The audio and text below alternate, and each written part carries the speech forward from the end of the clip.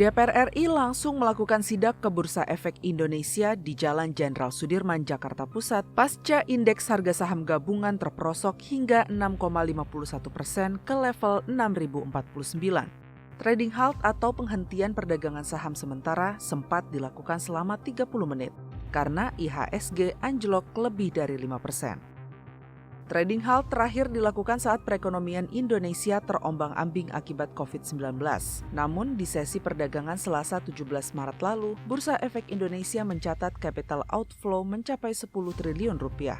Artinya, investor memindahkan modal dari pasar Indonesia ke pasar saham luar negeri yang dianggap lebih stabil dan menjanjikan. Jika ditarik lebih jauh, IHSG telah mengalami tren penurunan sejak Oktober 2024. Penurunan ini terjadi karena gejolak di dalam dan luar negeri. Di dalam negeri, investor melihat ketidakpastian karena lesunya perekonomian nasional, khususnya di awal 2025. Beberapa waktu lalu, Menteri Keuangan mengumumkan keuangan negara mengalami defisit sebesar 31,2 triliun rupiah dan penerimaan pajak Januari hingga Februari anjlok lebih dari 30%. Kinerja APBN yang terlambat dirilis sekitar 2 hingga 6 pekan juga menyebabkan ketidakpastian di dunia investasi. Sementara itu, di luar negeri, kebijakan Amerika Serikat pasca Donald Trump kembali menduduki kursi presiden jadi faktor besar yang terus menekan IHSG. Karenanya, DPR melakukan sidak ke Bursa Efek Indonesia untuk memastikan pemerintah mengambil langkah-langkah cepat. Kunjungan ini mestinya menjadi katalis positif untuk mengembalikan kepercayaan investor.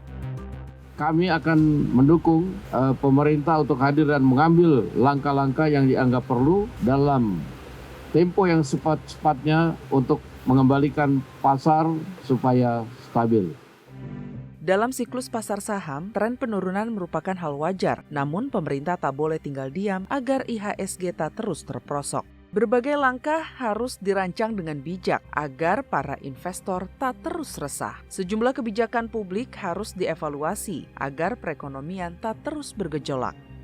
Bahwa semua kebijakan fiskal yang ada di Indonesia saat ini berada dalam proses kesinambungan yang sangat kuat.